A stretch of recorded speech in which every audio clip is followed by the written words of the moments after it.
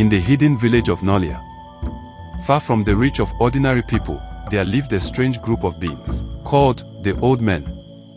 They were ageless, yet they looked like elderly babies, their small bodies contrasting with their ancient faces. The Old Men were guardians of a great secret. A secret tied to the child, who would one day change everything. The boy was unlike them. He was human. Normal, in every way, except for his unusual features. His hair shimmered in ways the Old Men couldn't understand, and his eyes sparkled with a light that made them uneasy. They feared for his safety, knowing that one day, he would awaken a power unlike any other.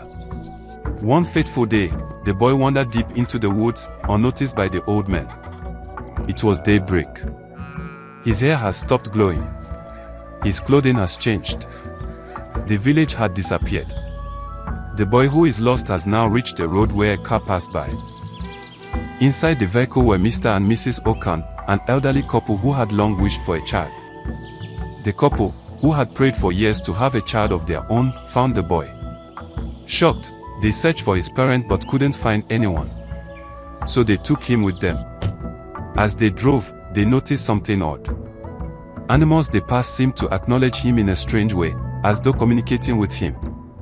The boy's journey had begun.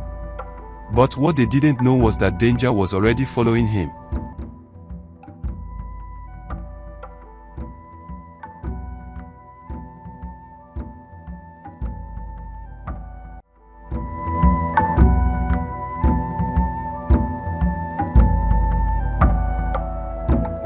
They named him Kofi, meaning the one we found in the forest. The Okan family, settling in the bustling city of Memora, took care of Kofi as their own. The home was large, with several connected flats. Sometimes, you can hear your neighbors' discussions from your flat. The family's quirky neighbor, Mr. Zito, was an odd man who never washed his clothes. Instead, he buys new ones when needed, and keeps a pile of old, dirty ones in a separate room. Weird, right? Yes. Very weird. Despite his strange habits, Mr. Zito was loved by the community. Kofi, now known as Kofi Okan, grew into a beautiful boy with features far beyond what was normal. He didn't speak much but had a strange connection with the world around him. One evening, while sitting on the porch, Kofi would gaze into the distance, speaking with the birds and animals nearby. Something no one could understand. But as the days passed, Kofi's mysterious powers began to show in small, subtle ways. He had no idea about the extraordinary abilities locked inside him. What he didn't know was that his powers were growing stronger with each passing day. And he was being watched. Little did the Okan family know that the peaceful life they'd created for Kofi was about to be shattered by a dark force that had been haunting him for years.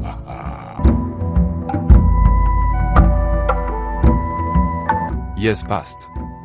And Kofi, now 9 years old, was unlike any child anyone had ever seen.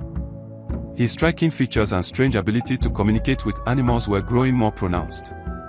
One night, while the Okan family sat together for dinner, Mr. Okan shared news of his retirement from his job at a bank, mentioning a large sum of money, 5 million, that he had been entrusted with by a politician. Mrs. Okan was horrified by the idea of keeping such a large sum in their home. The next morning, Kofi was picked up from school by Mr. Zito, the neighbor who always seemed to be around when things took a turn for the worse. After school, Mr. Zito and Kofi said their goodbyes, unaware that they were being watched by dark forces. That night, the Okan family was violently attacked by a group of masked intruders led by the infamous Ojanji, a notorious criminal whose name was whispered in fear across the city.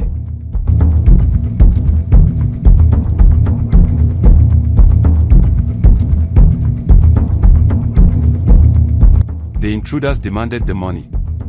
But when Mr. Okan denied having it, they went on a rampage. In the chaos, Kofi overheard one of the robbers' voices.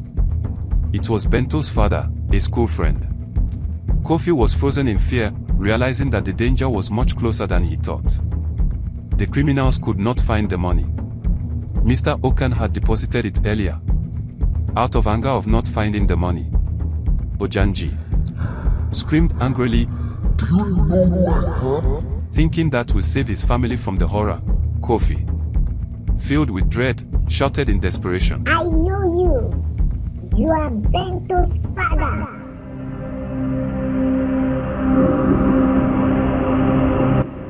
Get the boy. Get the boy. Kill him. Would he survive the night?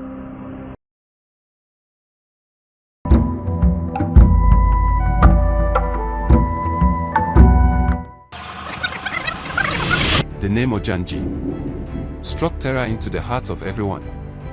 His name alone was enough to send chills down the spine of anyone who heard it.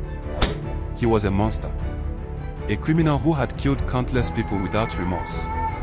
Rumors said he once burned entire villages to silence witnesses. Children grew up fearing his shadow. Those who saw his face never lived to tell the tale.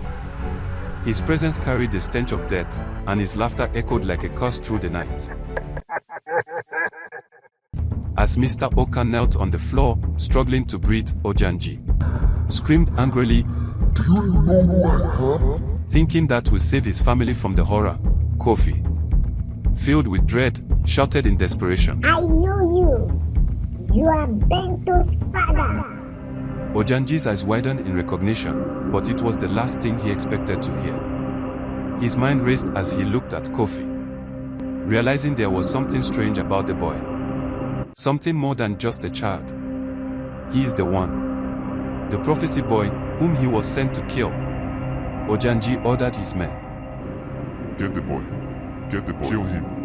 Kofi ran.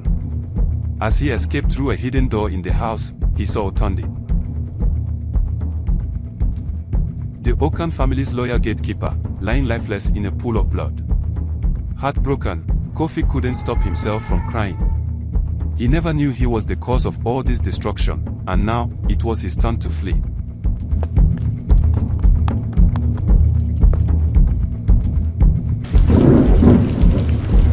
As he runs, his hair begins to glow, and his skin, filled with ancient markings.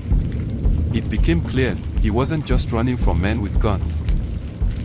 He was running from something much, much darker.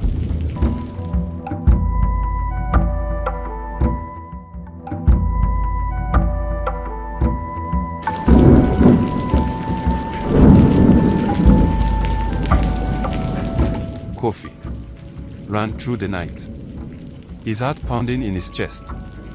He was alone. His adoptive parents were in danger, his friends were at risk, and he had no idea what to do next. His only hope was to reach Eden train station, where he might be able to escape the madness. But he had no idea how close Ojanji and his men was.